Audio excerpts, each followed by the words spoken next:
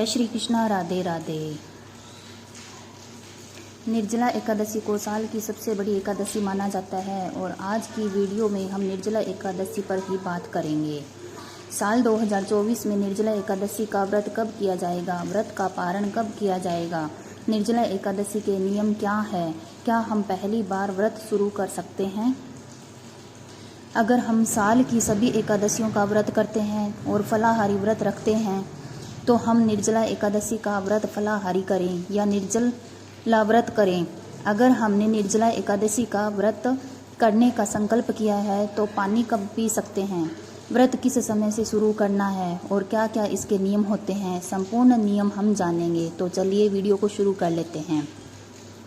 निर्जला एकादशी को बड़ी एकादशी कहा जाता है। जैसे कार्तिक का महीना सभी महीनों में श्रेष्ठ होता है, वैसे ही एकादशी जो जेठ महीने की एकादशी है निर्जला एकादशी है।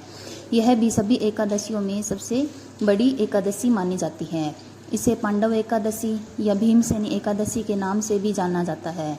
निर्जला एकादशी को सबसे कठिन व्रत माना जाता है क्योंकि यह गर्मी का महीना है। जेठ का महीना गर्मी का महीना होता है और इसमें निर्जल व्रत करना होता है पूरे 24 घंटे का। पहले दिन के सूर्योदय से लेकर दूसरे दिन के सूर्योदय तक निर्जल व्रत किया जाता है और उसके बाद अपने व्रत का पारण करते हैं। उसी के बाद आप पानी पी सकते हैं। इस बीच में आप पानी की एक घूंट भी नहीं पी सकते वरना व्रत भंग हो जाता है। तो यह व्रत बहुत कठिन होता है, लेकिन जैसा यह कठिन व्रत है ऐसा ही इसका फल होता है। केवल इस एक व्रत को करने से साल की सभी एकादशियों का व्रत का फल प्राप्त होता है। इसके बारे में एक पुरानी कथा है। भीमसेन जो थे उनके पेट में वक्र नामक अग्नि जलती रहती थी। इसी कारण उन्हें भूख बहुत लगती थी और वह कोई भी व्रत उपवास नहीं रखते थे। बाकी सभी जो पांडव थे उनकी माता कुंती थी, वे सभी एकादशी का व्रत करते थे। तब भीमसेन अपने गुरु वेद व्यास जी के पास गए और उनसे जाकर उन्होंने कहा, प्रभु मेरा उद्धार कैसे होगा? सभी लोग एकादशी का व्रत रखते हैं लेकिन मैं तो व्रत भी नहीं कर सकता। तब वेद व्यास जी ने उनसे केवल एक निर्जला एकादशी के दिन पूरे दिन का निर्जल उपवास रखने के लिए कहा और कहा कि इस एक उपवास को रखने से तुम्हें सभी एकादशी का पुण्य फल प्राप्त होगा।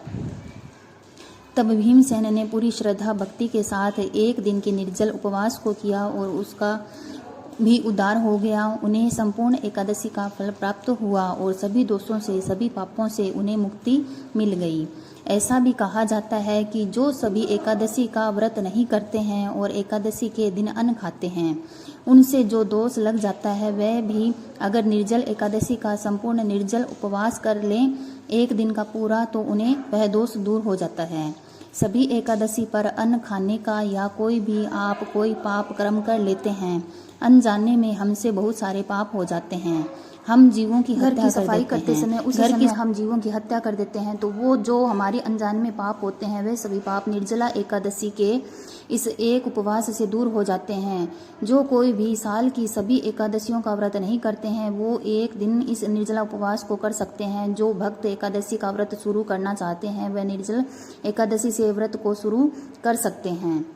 साल 2024 में 18 जून मंगलवार को निर्जला एकादशी का व्रत किया जाएगा। कहीं कहीं पर इस भ्रम की स्थिति है कि 17 जून को भी एकादशी का व्रत है, लेकिन ऐसा नहीं है और भ्रम इसलिए हो रहा है क्योंकि 17 जून की सुबह 4:44 एकादशी तिथि प्रारंभ होगी, समाप्त होगी 18 जून मंगलवार की सुबह 6:24 पर।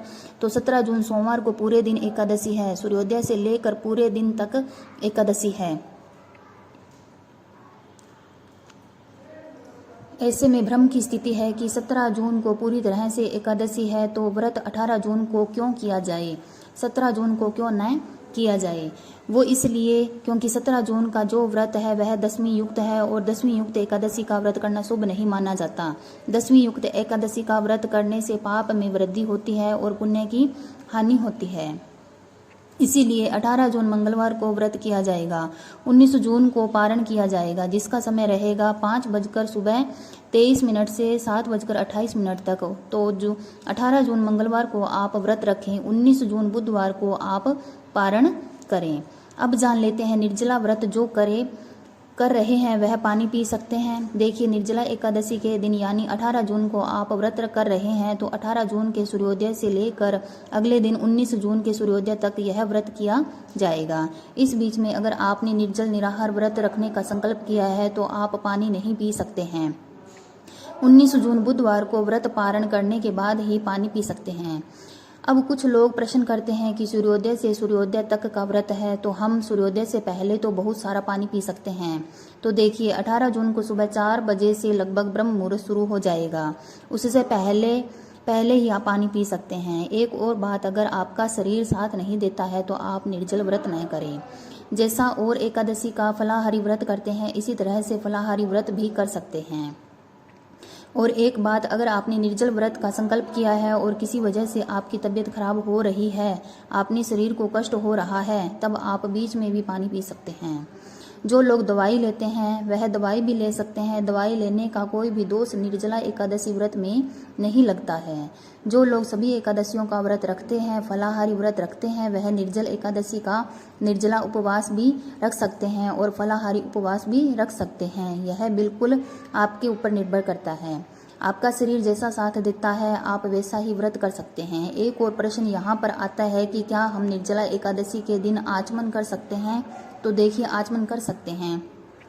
आचमन करने का कोई भी दोष नहीं लगता है। एकादशी का व्रत जो होता है वो पूरी तरह से शुद्धता के साथ रखा जाता है। जब हम स्नान करते हैं शरीर को बाहरी रूप से हम शुद्ध कर लेते हैं और आचमन करते हैं तो शरीर को आंतरिक रूप से हम उसे शुद्ध करते हैं। तो आचमन कर सकते हैं, आचमन का दोष नहीं है। लेकिन आचमन में भी 5 ग्राम से ज़्यादा पानी नहीं लेना चाहिए। 5 ग्राम से अगर पानी आप ज़्यादा लेते हैं तो आचमन में उससे भी व्रत हमारा टूट जाता है, भंग हो जाता है। निर्जला एकादशी व्रत का जो पारण है वो जल और तुलसी दल के साथ किया जाता है। जब आप निर्जला उपवास कर रहे हैं तो जल और तुलसी दल के साथ आप अपने व्रत का पारण करें। पूजा पाठ करने के बाद ब्राह्मण को दान दक्षिणा देने के बाद व्रत का पारण किया जाता है।